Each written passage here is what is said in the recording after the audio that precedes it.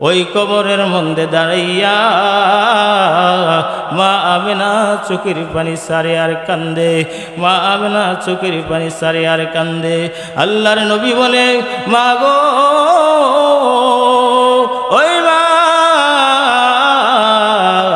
এতক্ষণ তো ভালোভাবে আমরা এতদিন হেঁটে হেঁটে সফর করে করে এই ময়দান দিয়ে আসলাম, এখন আপনি কানের মধ্যে এসে কেন কান্দেন? আমেনা বললেন, বাবা রে, তুমি না বলেছিলে তোমার বাবাকে দেখানোর জন্য? এ বাবা, বলো না তো, বলো তো দেখি আমি কিসের জন্য এখানে এসে কান্দি? আমি ওই কবরটা দেখে আমি কাঁদতেছি। জোরে কোন সুবহানাল্লাহ। এই কবর দেখে আমি কান্দি। এই কবরের ভিতরে তোমার আব্বাজান হযরতে আব্দুল্লাহ রাদিয়াল্লাহু তাআলা ও ঘুমায় আছে। তুমি যাও দেখি এই কবরের পাশে গিয়ে, ওই কবরের পাশে গিয়ে তুমি গিয়ে ডাক দাও। আমি আপনাদেরকে জিজ্ঞেস করি, মানুষ মৃত্যুবরণ করলে কবর থেকে জবাব দেওয়ার কোনো ক্ষমতা আছে? ক্ষমতা আছে? কোনো ক্ষমতা নাই। কবরের পাশে গিয়ে আল্লাহর পয়গম্বর রাহমাতুল লিল আলামিন সাইয়্যিদুল মুরসালিন ইমামে রাসূল রাব্বিল আলামিন শিশু নবী কবরের পাশে গিয়ে কান্দে আর বলে, ও বাবা, আমি তোমার মুহাম্মদ তোমার কবরের পাশে হাজির হয়ে গেছি। ও বাবা, আমি তোমার কবরের পাশে হাজির। আমি মুহাম্মদ তোমার দেখার জন্য আসছি। লেখক কিতাবের মধ্যে রেখেন, হইতে পারে ওই সময় মনে হয় আব্দুল্লাহ কবর থেকে আমার আল্লাহরে ডাক দিয়ে বলেছে, এলো আল্লাহ গো, ও রব্বুল আলামিন, তুমি আমার কবর ভাঙা দাও, আমি আমার শিশু নবী মুহাম্মদ রে এক নজর দেখি। জোরে কোন সুবহানাল্লাহ।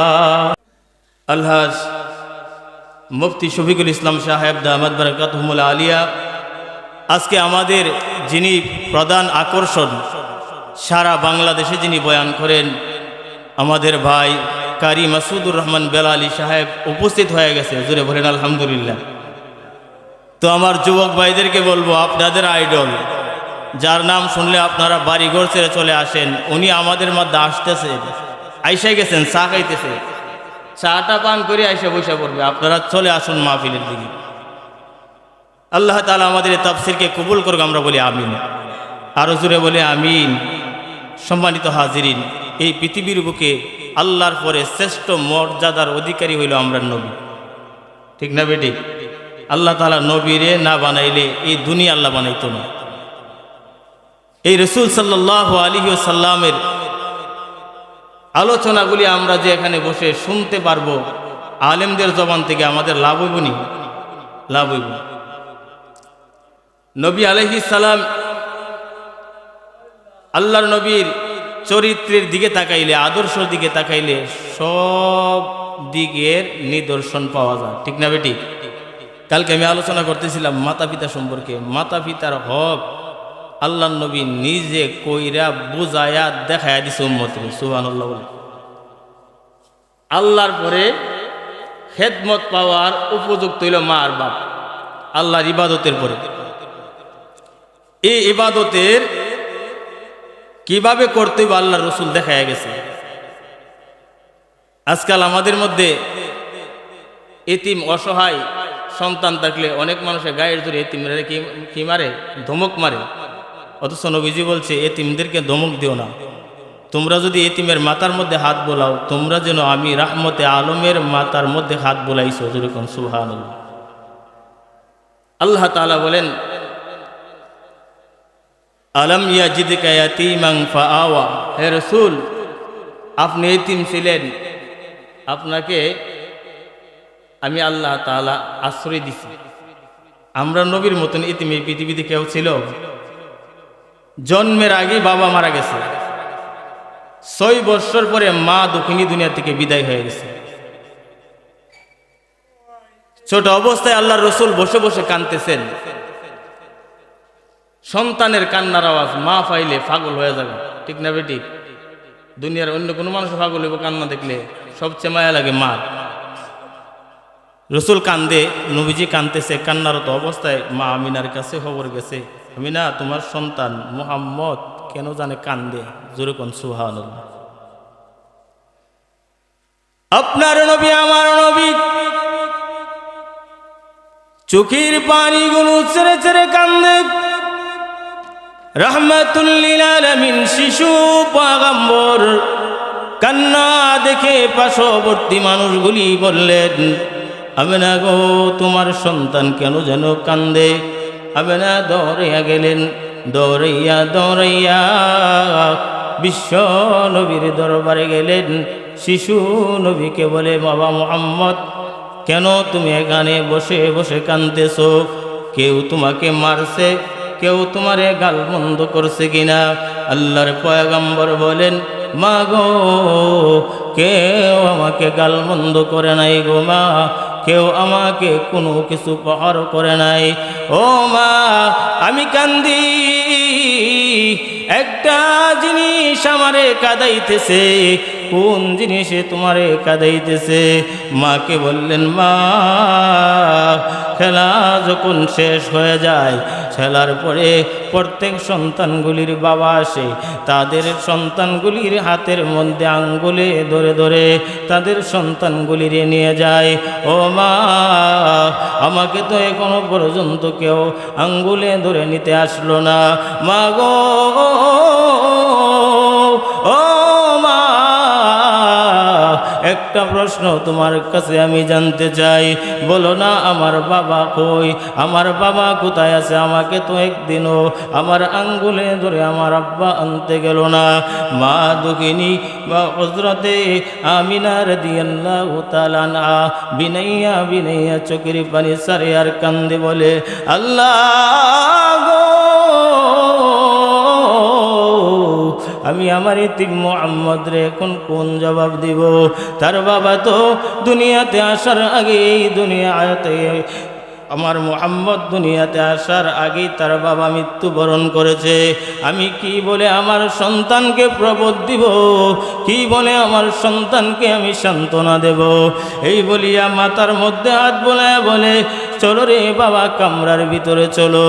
মা আমিনা সন্তানকে বুকে জড়াইয়া ধরে এবারে শিশু নবীকে নিয়ে যখন ঘরের ভিতরে চলে গেলেন, ঘরের ভিতরে যাওয়ার পরে ওনার শ্বশুরকে বললেন, আব্বাজি আপনার নাতি মুহাম্মদ কান্দে তার বাবার জন্যে। আমি কোথায় পাইব তার বাবা? কোথায় পাইব তার বাবা? ও আব্বাজি আপনি যদি অনুমতি দেন তাহলে আমার শিশু সন্তানকে নিয়ে তার বাবার কবর দেখায় আসতে পারি। জোরে কোন সুবহানাল্লাহ। আল্লাহ বলেন, হুজুর আপনি এতিম ছিলেন, এমন এতিম আসমানের নিচে জমিনের উপরে আপনার মতন এতিম কেউ ছিল না। জোরে কোন সুবহানাল্লাহ। অতএব আমি আল্লাহ আপনাকে কি করছি? আশ্রয় দিছি। শ্বশুরকে বলার পরে শ্বশুরের কাছে অনুমতি লয়ে গেছে। নবীর ফ্যামিলির থেকে শিক্ষা নেওয়ার দরকার। এখন পুতের বউ করতে বেরিলে শ্বশুরের জিগে বুদুরের কথা, নিজের জামাই রিবিড়ি জিগা না আছে না? অভাব নাই এই জাতের মহিলা। আল্লাহর নবীর দাদার কাছ থেকে অনুমতি নিলেন। মা আমিনা বললেন, চলো মুহাম্মদ তুমি না বলেছো তোমার বাবাকে দেখার জন্য, মুহাম্মদ আমি তোমার বাবাকে দেখা নিয়ে আসব। মা আমিনা শিশু নবী দুইজন, উম্মে আয়মান দাসী মিলে হলো তারা তিনজন, 3 সদস্যর কাফেলা একত্রিত হয়ে রওনা দিয়েছে। যাইতে যাইতে অনেক দিন সফর করার পরে মা আমিনা চাটিয়াল ময়দানের মধ্যে যখন গেলেন, যাওয়ার পরে রাস্তার পাশে একটা কবর দেখা যায়। ওই কবরের মধ্যে দাঁড়াইয়া মা আমিনা চোখের পানি সারে আর কান্দে। মা আমিনা চোখের পানি সারে আর কান্দে। আল্লাহর নবী বলে, মা গো ওই মা এতক্ষণ তো ভালোভাবে আমরা এতদিন হেঁটে হেঁটে সফর করে করে এই ময়দান দিয়ে আসলাম, এখন আপনি কানের মধ্যে এসে কেন কান্দেন? আমেনা বললেন, বাবা রে, তুমি না বলেছিলে তোমার বাবাকে দেখানোর জন্য? এ বাবা, বলো না তো, বলো তো দেখি আমি কিসের জন্য এখানে এসে কান্দি? আমি ওই কবরটা দেখে আমি কাঁদতেছি, জোরে কোন সুবহানাল্লাহ। এই কবর দেখে আমি কান্দি। এই কবরের ভিতরে তোমার আব্বাজান হযরতে আব্দুল্লাহ রাদিয়াল্লাহু তাআলা ঘুমায় আছে। তুমি যাও দেখি এই কবরের পাশে গিয়ে, ওই কবরের পাশে গিয়ে তুমি গিয়ে ডাক দাও। আমি আপনাদেরকে জিজ্ঞেস করি, মানুষ মৃত্যুবরণ করলে কবর থেকে জবাব দেওয়ার কোনো ক্ষমতা আছে? ক্ষমতা আছে? কোনো ক্ষমতা নাই। কবরের পাশে গিয়ে আল্লাহর পয়গম্বর রাহমাতুল লিল আলামিন সাইয়্যিদুল মুরসালিন ইমামে রাসূল রাব্বিল আলামিন শিশু নবী কবরের পাশে গিয়ে কান্দে আর বলে, ও বাবা, আমি তোমার মুহাম্মদ তোমার কবরের পাশে হাজির হয়ে গেছি। ও বাবা, আমি তোমার কবরের পাশে হাজির। আমি মুহাম্মদ তোমারে দেখার জন্য আসছি। লেখক কিতাবের মধ্যে লেখেন, হইতে পারে ওই সময় মনে হয় আব্দুল্লাহ কবর থেকে আমার আল্লাহরে ডাক দিয়ে বলেছে, এলো আল্লাহ গো, ও রব্বুল আলামিন, তুমি আমার কবর ভাঙা দাও, আমি আমার শিশু নবী মুহাম্মদ রে এক নজর দেখি, জোরে কোন সুবহানাল্লাহ। তাহলে বোঝা গেল আমার নবীর মতন এতিম এই পৃথিবীর বুকে কেউ ছিল না। আল্লাহর নবী বলেন, ও দুনিয়ার মানুষেরা, ও দুনিয়ার উম্মতেরা, এতিমদেরকে ধমক দিও না, এতিমকে তোমরা ধমক দিও না, এতিমের মাল আত্মসাৎ করিও না রে মানুষ। এতিমদেরকে যদি মহব্বত করো তাহলে তোমরা যেন আমি বিশ্ব নবীরে মহব্বত করলা, জোরে কন্যা সুবহানাল্লাহ। তাইলে এতিমদেরকে আমরা মহব্বত করার দরকার আছে না নাই? এতিমের ভালোবাসা মানি হলো নবীর মাথার মধ্যে আমরা হাত বোলানো। এতিমের মাথায় হাত বোলাইমু, এর অর্থ হইল আমরা যেন আমাদের আখেরি জমানার নবীর মাথার মধ্যে আমরা হাত বোলাইতেছি। আল্লাহ রাব্বুল আলামিন আপনি আমার